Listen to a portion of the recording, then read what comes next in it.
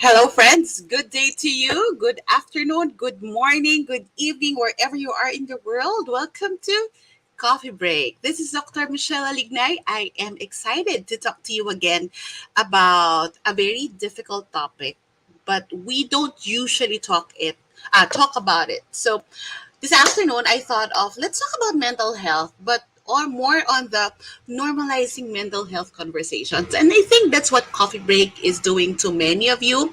Just this morning, I have a message very early from a friend listener of Coffee Break, and she said she's going through something, and then what she has been doing is that she's replaying the podcast. By the way, this is available in YouTube, Spotify, and then here in Facebook. If you are here, she's what she's doing is she's replaying all the episodes of Coffee Break to help her. So that is why Coffee Break stands for Coffee Break with Dr. Michelle, real conversations regarding family life, well-being, including your mental health and faith. So, as I said again, magandang araw sa inyo.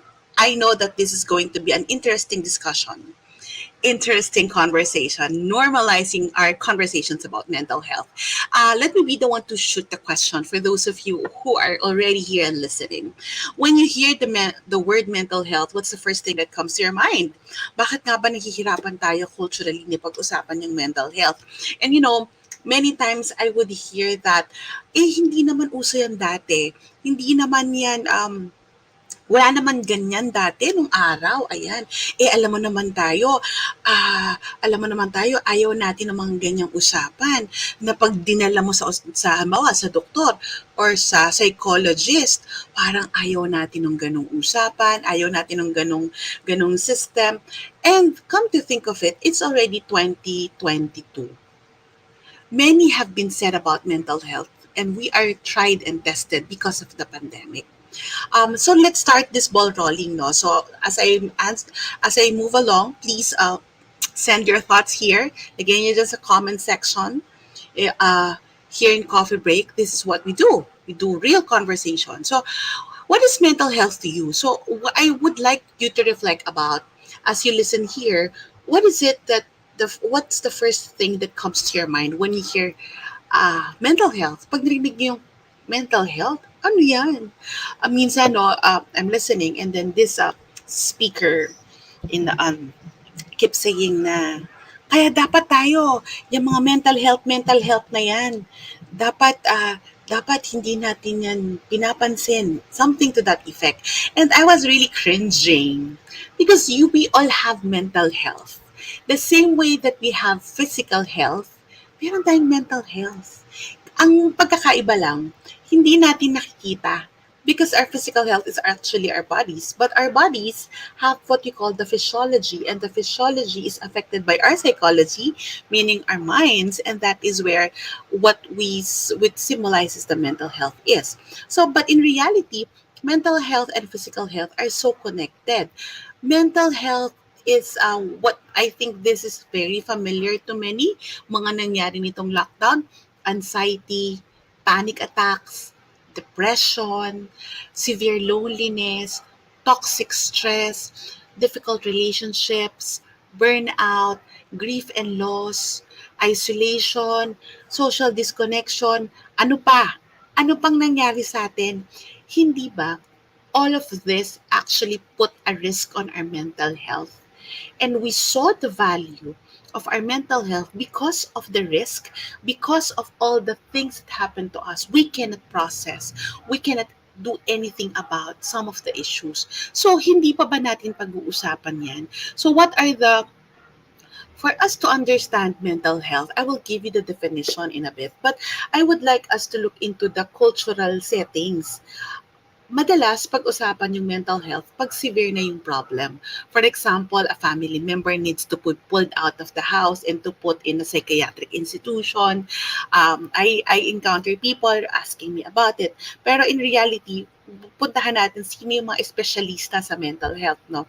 Sa ngayon, alam nyo, meron mga trainings and certification called psychological first aid and mental health first responders. May training yan. Kumbaga sila yung kaya nilang makinig sa'yo when you're in the middle of a stress, when you're in the middle of a traumatic situation, or just right after a post-trauma situation.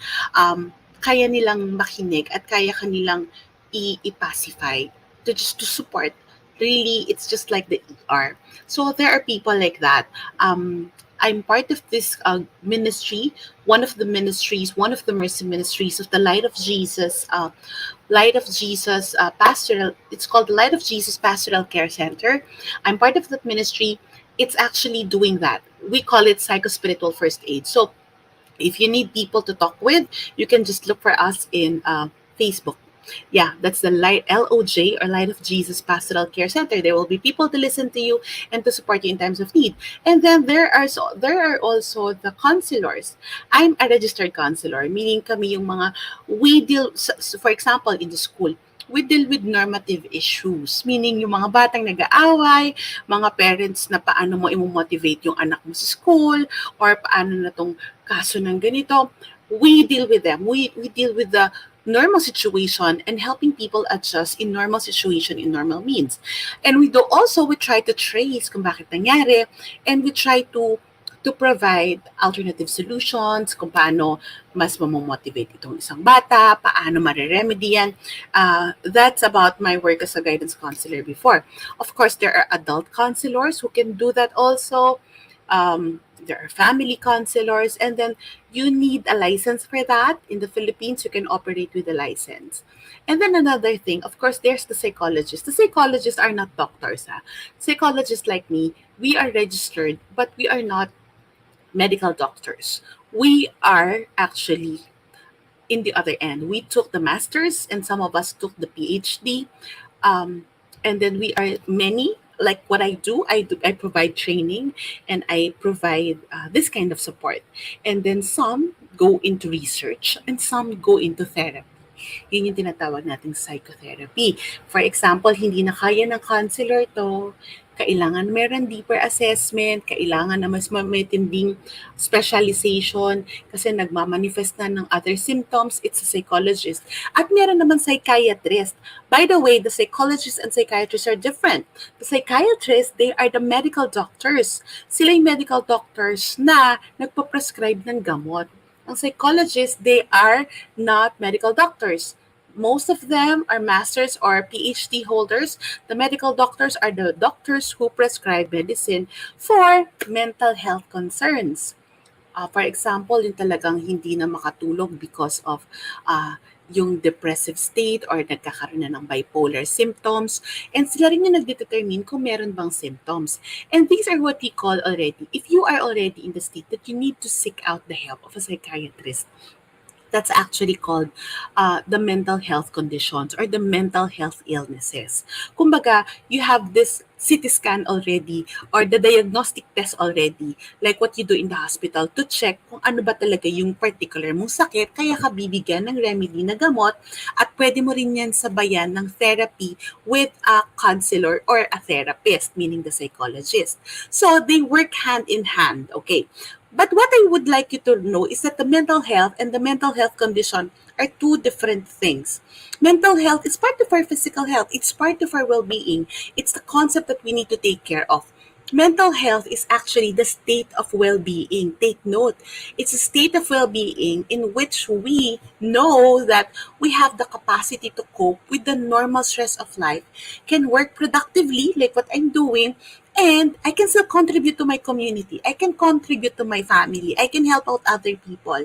Meron pa rin akong kakayahan na gawin yung normal function ko. We are at the peak of our mental health if what they call we are flourishing, diba? So I would like you to reflect about that mental health can actually be enhanced.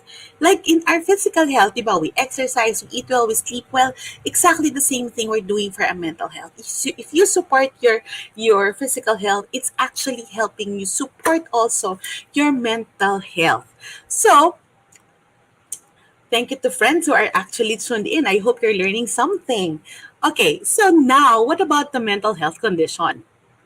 Or the mental health illness.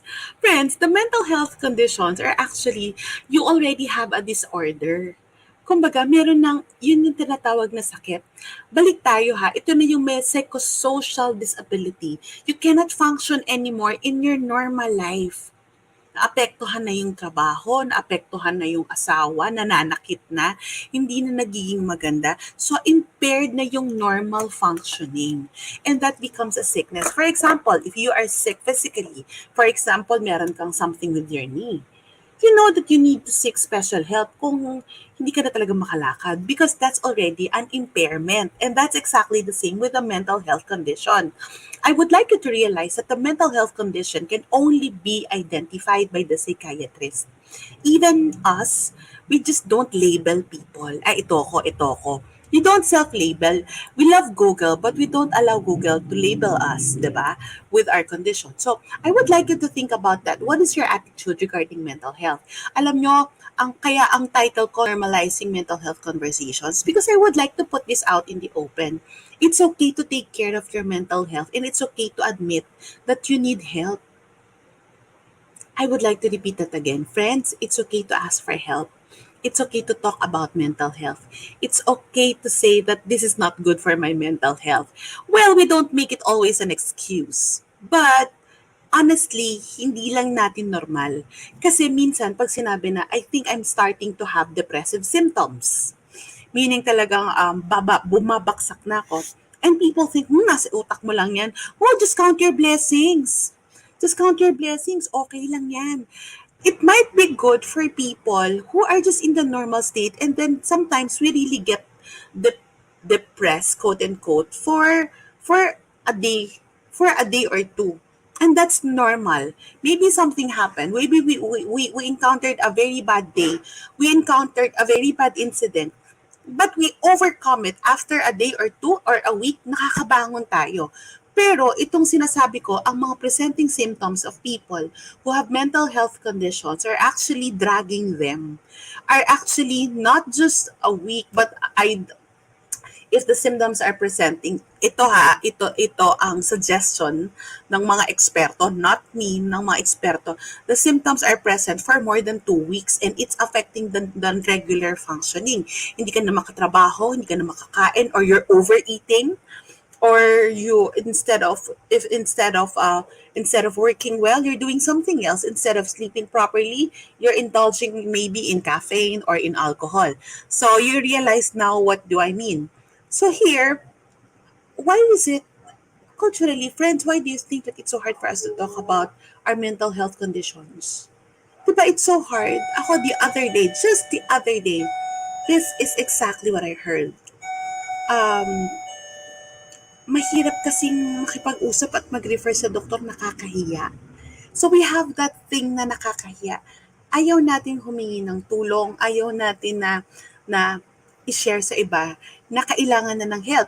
For example, kung nakakasakit na yung kasama mo sa bahay, yung kapamilya mo, hindi ka pa ba hihingi ng tulong?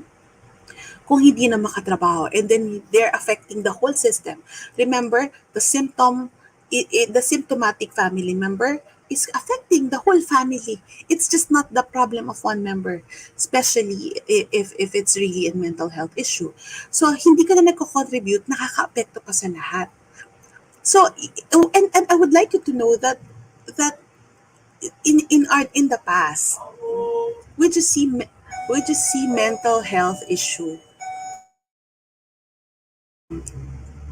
We just see mental health issue as parang meron tayong mga pangit na words for that. So, meron yun yung parang psychotic, sorry, may tililing, may topak. So, hindi naging maganda. Kasi you know, our culture is the one who created the stigma. Kaya ngayon na in the time that we are trying to normalize mental health conversation, in the time that we have more explanations and more open information, evidences na na-prove that there are mental health conditions and existing even before you know it, it's right before your eyes, baka office mate mo, baka kaibigan mo, baka kapamilya mo. Um, mas marami na tayong explanation. Minsan may nagsabi, hindi naman uso yan dati. Hindi talaga uso dati kasi posibleng wala pang label and there are no proven studies yet. Kaya locally, alam nyo, this is actually a very cultural thing. Kasi one of the saddest thing that I hear, I'm not babbling, but I'm just sharing to you what I hear, no? So let me know if there are insights that along the way you also realize. You just share with me here kung ano yung mga cultural matters that you heard about mental health. So I want you to look, ito, meron na ba kayong narinig na ganito? Nasa isip lang yan. Wala ka naman talagang problema, nasa isip mo lang yan. This happens, a teenage kid asking the parents for help. Ayaw maniwala ng parents, ayaw maniwala ng, kasi, hindi yan, ano ba naman yan? Wala naman yan eh. Nasa isip mo lang yan. Guni-guni mo lang yan. Imagine, ito yung pinaka-worst. Arte lang yan. I hope we're not guilty of that. I hope we will be a kinder culture. Another, meron pa magkasabi na parang, naku, ano lang yan, sige, kung hindi arte lang yan, face lang yan, mawawala rin yan. Just be grateful. And then come to think of it, if we will always dismiss people sharing about their mental health, kasi meron tayong ganito yung pag shinare na isang tao, ito yung topic ko ng toxic positivity. It's somewhere there in my videos or in my Spotify. Check it out. When somebody says that I have concerns, may pinagdadaanan ako, ay nako, pagdaanan mo lang yan, okay lang yan. Everything will be okay. Siguro mas maganda na lang sabihin natin na we'll pray for you, how can I support you, then everything will be okay. Because sometimes things are really not okay. And the more that we don't admit that, ayan, I like that. May hanash ka na naman. Ano na naman yan? May topak ka na naman. Kaartehan mo na naman yan. Totoo yan. So when the more that we try to dismiss those things, the more it's going to be hard for us to open up to these people because they are not very welcoming of what mental health issues are. And hindi nyo ba napansin, the more that we are not open, especially to the immediate family members, to the people around you, the more that we are not accepting, the more that we are not keenly aware that mental health issues could happen to anyone, people will actually take things for granted. And we are not addressing the problem. The more that we are adding up to the problem. You know what I mean? So, kaysa sa humingi agad ng tulong, sa kumbaga, counseling pala, ay kaya na yun ng counseling. O sige, check mo sa Facebook si Light of Jesus Pastoral Care Center or si Crisis Line Hotline. Check mo sila, baka matulungan ka sila. Ayaw na natin mag-seek ng help. O kaya kausapin mo yung ate mo. Kasi dun pa lang, immediately pa lang, we feel judged. We feel that we are not accepted. We feel that what we're going through, that's not okay. Hindi na nga tayo okay, hindi pa okay na magsalita, hindi pa okay na magkwento, it's not okay to not be okay. That is the culture that we are becoming. So we have to be accepting of this mental health issues in our culture so we can tell people it's okay not to be okay. It's accepted not to be okay. There are days that, when people ask you, how are you? You can easily say, I'm not okay.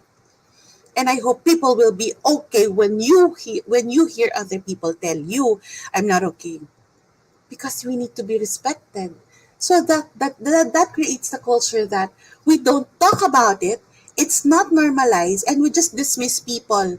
I would like to ask you, friends, do you, when you sense, observe, or even hear people say, I'm not okay, how are you with it? How do you react to it? Paano mo dinideal with? Sinasabihan mo ba ng, okay lang yan, matatapos din yan? Or uupo ka at papakinggan mo? If we will forever dismiss, always dismiss, and not tune into the signs that people need help, can never normalize mental health conversation. Kaya, at na lang advice ko sa inyo, kung alam nyo yung mga tao sa buhay nyo na hindi accepting of this, pag may pinagdadaanan kayo, sila yung wag nyong puntahan. Kasi masasaktan lang tayo. Alam naman natin na judger siya, or sometimes mas mabuti pa yung judger kasi may judgment. Pero may mga tao na parang they're dismissive. Mamili kayo, judger or dismissive. I think these people who are dismissive are people who are not actually attuned with their vulnerability. They're not actually attuned with themselves. They don't want to listen to others because, have fears within them also. They cannot handle unpleasant situation. They cannot handle all these matters that's happening with. That's why it's hard for them to empathize. It's hard for them to actually help out. So wag na natin silang piliin. Piliin na lang natin yung mga tao na maiintindihan tayo. Piliin natin yung mga tao na makikinig sa atin. Ano yung mas masarap na feeling? Yung taong maraming sinabi pagkatapos mag-usap, or yung taong nakinig? 'Di ba? So really, it's important for us to normalize mental health conversation. The World Health Organization said there is no health without mental health, and that is so true. It can affect our work. It can affect our family life. It can affect our friends. It can affect even the community. Even the community that we're in, kung nasan man yan, it can affect all those. So, it can affect everything. Kaya I like what is said by the World Health Organization, that there is no health without mental health, which is correct. Risk will always be there. And as friends, we need to know who the people to ask for. Somebody asked here, Doc, bakit minsan less talk, less mistake? Is it better, or choose your battles, choose the ears? I like the second part. Because sometimes you need somebody to listen to you. Diba, when we share something, like what I'm sharing here, it's not only you who understand what I'm saying. I am also learning because I'm making sense of what I'm saying, because I need to express it also. So it's not less talk, less mistake, but also I'm choosing the people who will listen. So alam nyo ba na nag hindi ako nagbo-boost ng Michelle Alignay page. Hindi ako nagbo-boost nun kasi I like the people who come to coffee break and to follow me, because I know they are the people who are actually willing to listen to me. So, choosing the battles or choosing the ears. And alam ko kayo rin, marami naman kayong pwedeng pakinggan eh. But you choose the ears also. You choose also who will you put in your ears. Sino ilalagay mo sa tenga mo? Sinong papakinggan mo? And the same with that. You choose your battles. You choose your battles, hindi naman lahat ng hanas, hindi naman lahat ng pinagdadaanan natin, i-blurt out natin. Piliin nyo lang yung mga taong makakatulong. Hindi yung mga marisol. Hindi natin imamarites sa lahat. Hindi mo rin ibibigay yan dun sa mga, alam mo nang sulsulera yan, ba't yan mo pa kinwento, diba? So, really, is there somebody who is cues with mental health? No. What if that person is your husband coach? Well, if that person is blessing you, and then okay, but if that person it's not blessing you, kahit na partner mo pa yan, kasi even your partner, let's admit it, our closest relationship will love them so much. But there are times that they are our source of stress. So remember that. So it's actually good for you to have confident. As your partner, I'll share everything with my partner. I'll share everything with my husband. I love him. He's my best friend. But there are also times that I need to unload to my girlfriends, to my closest friends. Um, and then come to think of it, you're saying that it's sometimes difficult to process for me the term mind over matter. Alam mo, effective yung mind over matter. I would like to, kaya iba sila sabi, mind over matter lang yan. Mindset lang yan. Effective yan dun sa tinatawag nating normative thinking. Ibig sabihin, ideally, ito yung normal na pag-iisip. Ideally, ganito yung rationale nating mga tao. Mga adults, alimbawa, iba yung rationale that you can expect from a grade 1, from a grade 4, from a grade 7, and then high school, iba-iba yung way nila. So, meron talagang cognitive process. So, let's go to developmental psychology and how the mind develops. Iba-iba yan. Hindi mo pwedeng sabihin mind over matter lang yan kasi sometimes hindi pa nila kaya yung too abstract. But as adults, we have a gauge already that, hey, is this ignorance or these are facts? So, dapat gauge natin yan. Pero, there are times that we can no longer be objective because we are flooded with severe depression, with loneliness, with toxic stress, with anger. Kaya hindi mag-work yung mind over matter kasi it's hard for us to be objective because it's excessive already. Take note of the word. Mind over matter works for normative circumstances, stressful circumstances. But if it's prolonged and excessive and it's already tearing us apart, it becomes a mental health risk already. The mind over matter might not work because kulang na yung kapit. We lack already the cognitive and the emotional resources to see us through. Lunod na lunod na. Tingnan niyo yung taong nalulunod sa pool. Hindi na niya makita kung saan siya kakapit. Why? Lunod na siya. Hindi mo pwedeng sabihin sa taong nalulunod sa swimming pool na mind over matter lang yan. Hindi. Lunod na siya. Hindi niya makita yung gilid. Hindi na niya maisip kung paano pa siya lalangoy. And that exactly happens. There are a lot of unconscious and physiological happenings that affects the neurology, that's affecting the psychology. In short, hindi kayang mag-grasp na, hindi na kayang maisip. I hope that is clear with you.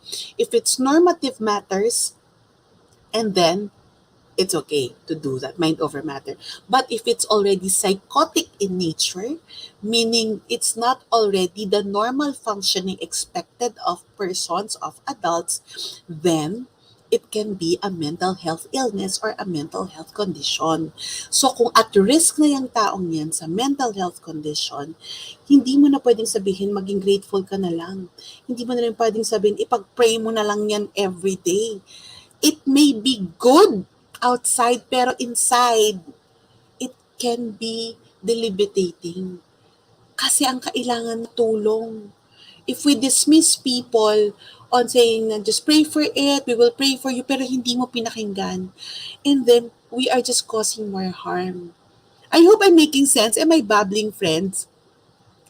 So, friends, really, mental health is all about balance. Mental health is a state of balance of the within and with the environment. Sometimes a person can be very strong, but if they have a toxic environment, the toxic people in their homes, a toxic community outside, very harsh din yung boss niya, that can also be a risk factor. And also, it involves a balance of physical, psychological, social, meaning the relationships, as I said earlier, cultural, spiritual, and other interrelated factors. So lahat yan nagtutulong-tulong.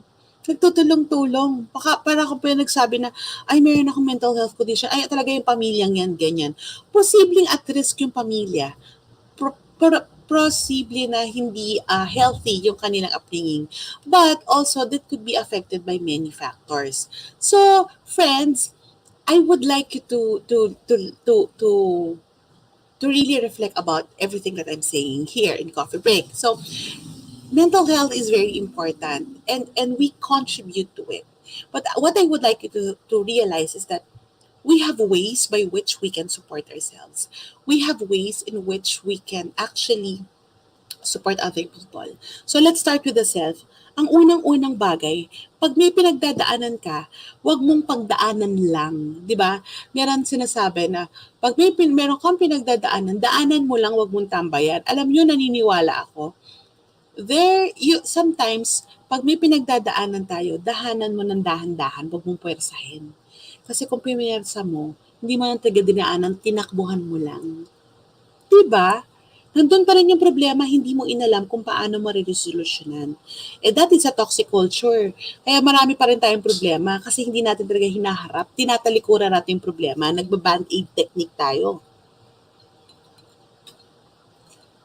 So you have to be aware and tell yourself, I think this is starting to put risk in my mental health. Teka lang, magdadahan-dahan ako.